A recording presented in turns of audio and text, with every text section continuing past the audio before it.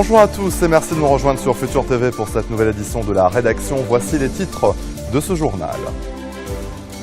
L'affaire du naufrage d'un boat people du Moyen-Orient en route vers l'Australie. Au menu de la rencontre, Sleiman Mansour à Abda. 16 survivants de la catastrophe sont attendus ce soir à Beyrouth.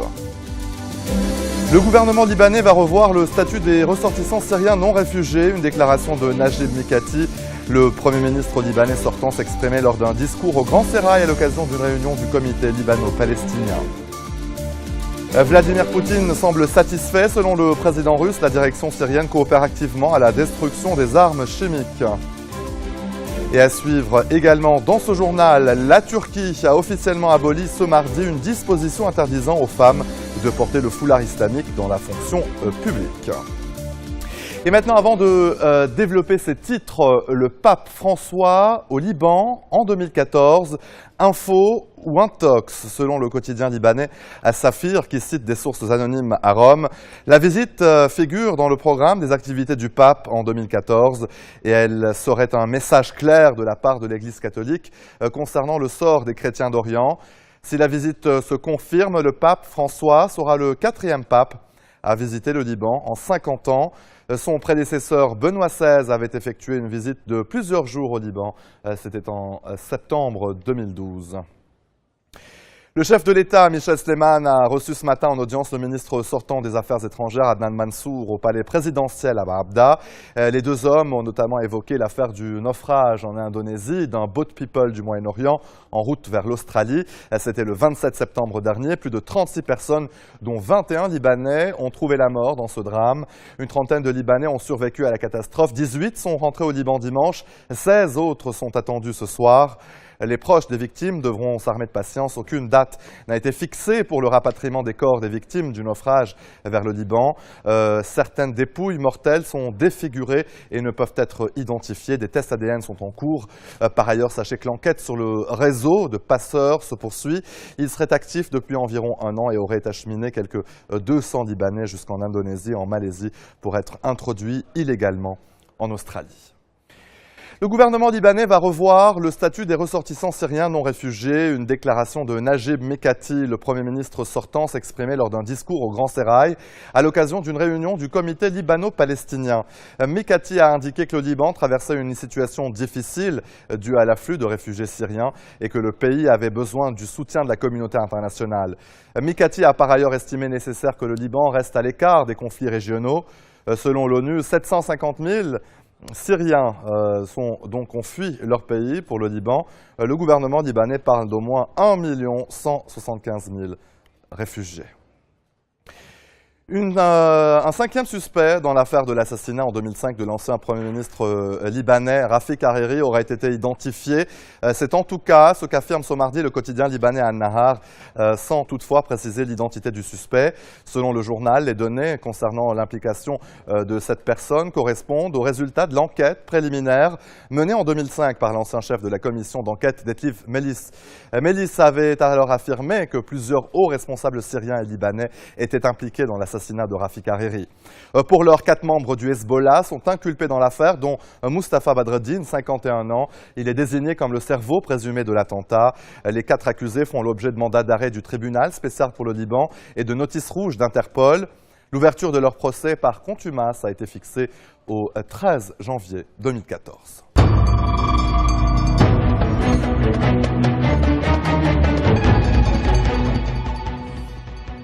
La direction syrienne coopère activement à la destruction des armes chimiques. Une déclaration de Vladimir Poutine. Le président russe s'exprimait en marge du sommet de l'Asie-Pacifique sur l'île indonésienne de Bali. Il a dit espérer que ce travail va continuer au même rythme et de la même manière. 1 mois et demi après l'attaque chimique meurtrière près de Damas, les experts en désarmement envoyés par l'ONU ont commencé leur mission ce dimanche. Au total, ils devront neutraliser un arsenal estimé à 1000 tonnes. Et sur le terrain, les rebelles ont lancé un assaut d'envergure contre 2 bases militaires stratégiques du régime au nord-ouest du pays. Au moins 10 soldats ont été tués et 3 tanks détruits par les rebelles. Et les insurgés sont parvenus à capturer un officier et 3 soldats. Du côté rebelle, au moins 4 combattants ont péri.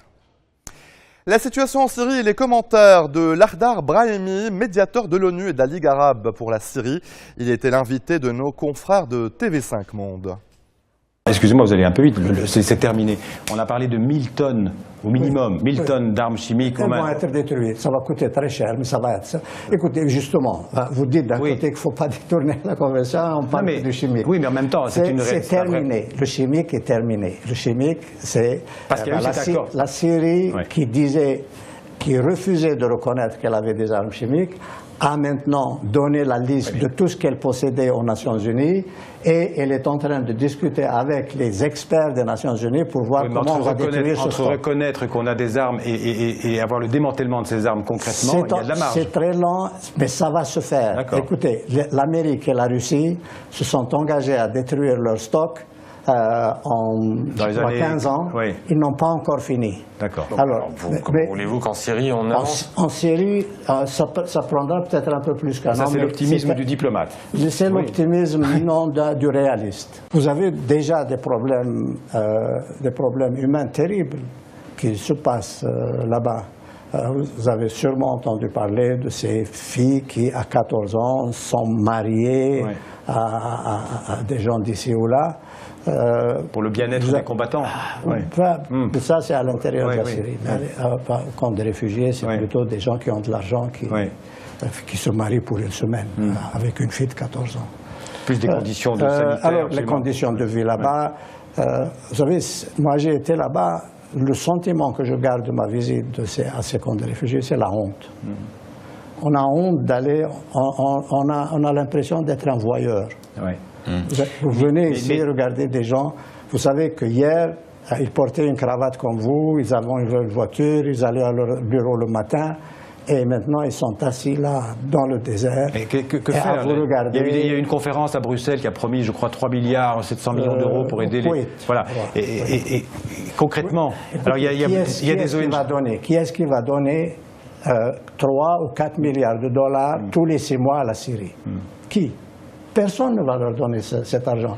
On leur a donné une fois, on va leur donner une deuxième fois, une troisième fois, mais il n'y a pas de solution humanitaire au problème humanitaire. Il faut que la guerre se termine, il faut que la Syrie...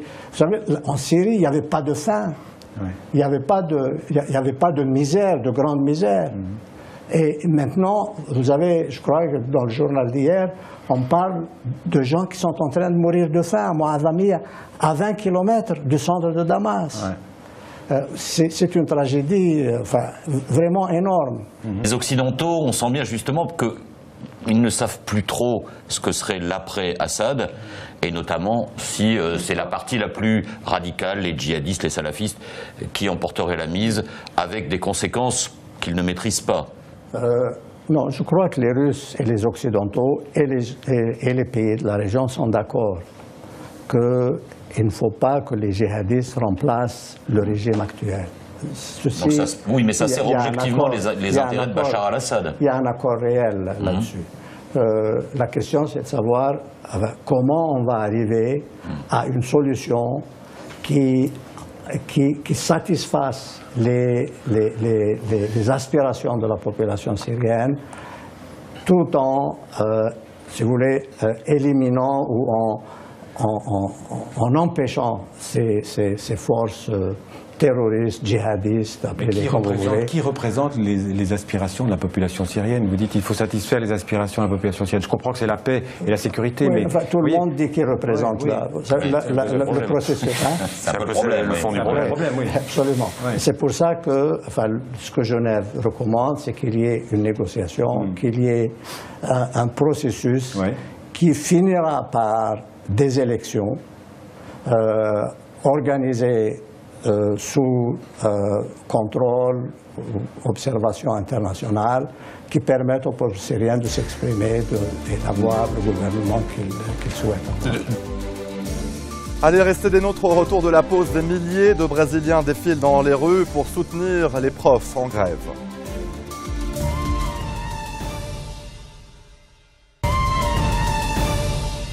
Retour sur le plateau de l'info, une partie des dirigeants d'Ennahda, le parti islamiste arrivé au pouvoir depuis 2 ans en Tunisie, juge le moment venu de quitter un gouvernement paralysé qu'il ne contrôle plus.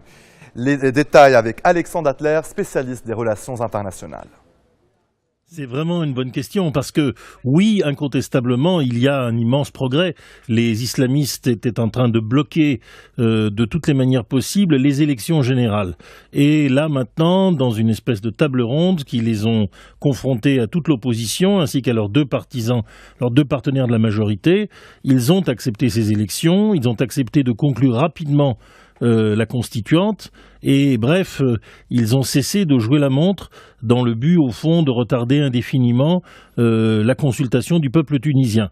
Maintenant, il va y avoir un gouvernement de technocrates avec des gens quand même proches d'Ennahda et ils n'ont pas tout à fait abandonné le pouvoir. Ils espèrent même que, en prenant un peu de retrait, ils vont quand même pouvoir gagner les élections. Alors c'est une bouteille à moitié vide, à moitié pleine.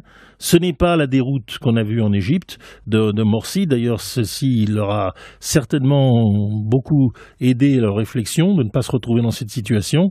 Ce n'est pas non plus la victoire de l'opposition, car ils gardent quelques atouts dans leur jeu. Mais enfin, c'est une situation incomparablement plus ouverte que celle qu'on n'a jamais connue. Et puis, il faut rappeler que les morts toujours inexpliquées de deux opposants de gauche importants pèse beaucoup dans l'image d'Ennahda. Mais sur le fond, qu'est-ce qui pousse ces islamistes qui ont été élus à se retirer? C'est la pression de l'opinion?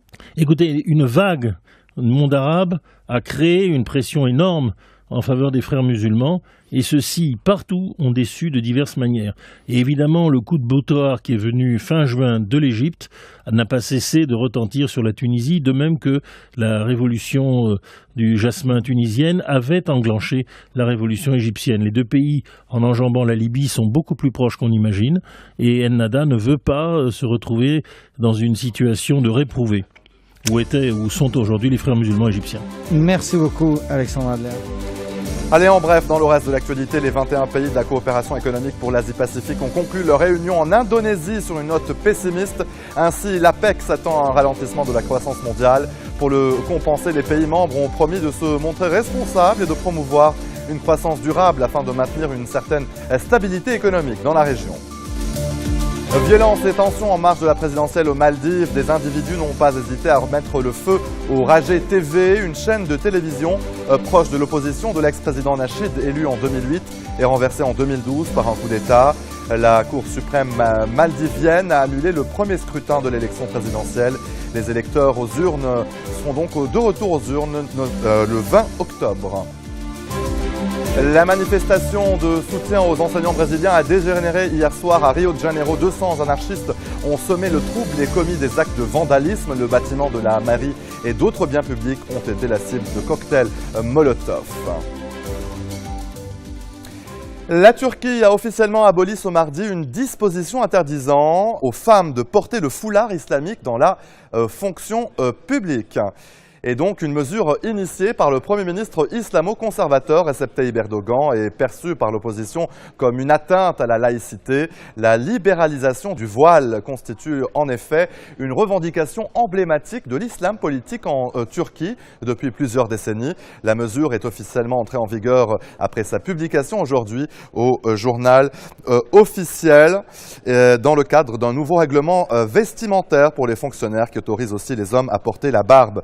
Et c'est ainsi que se referme cette édition. Voici tout de suite le rappel des titres qui ont marqué l'actualité de cette journée.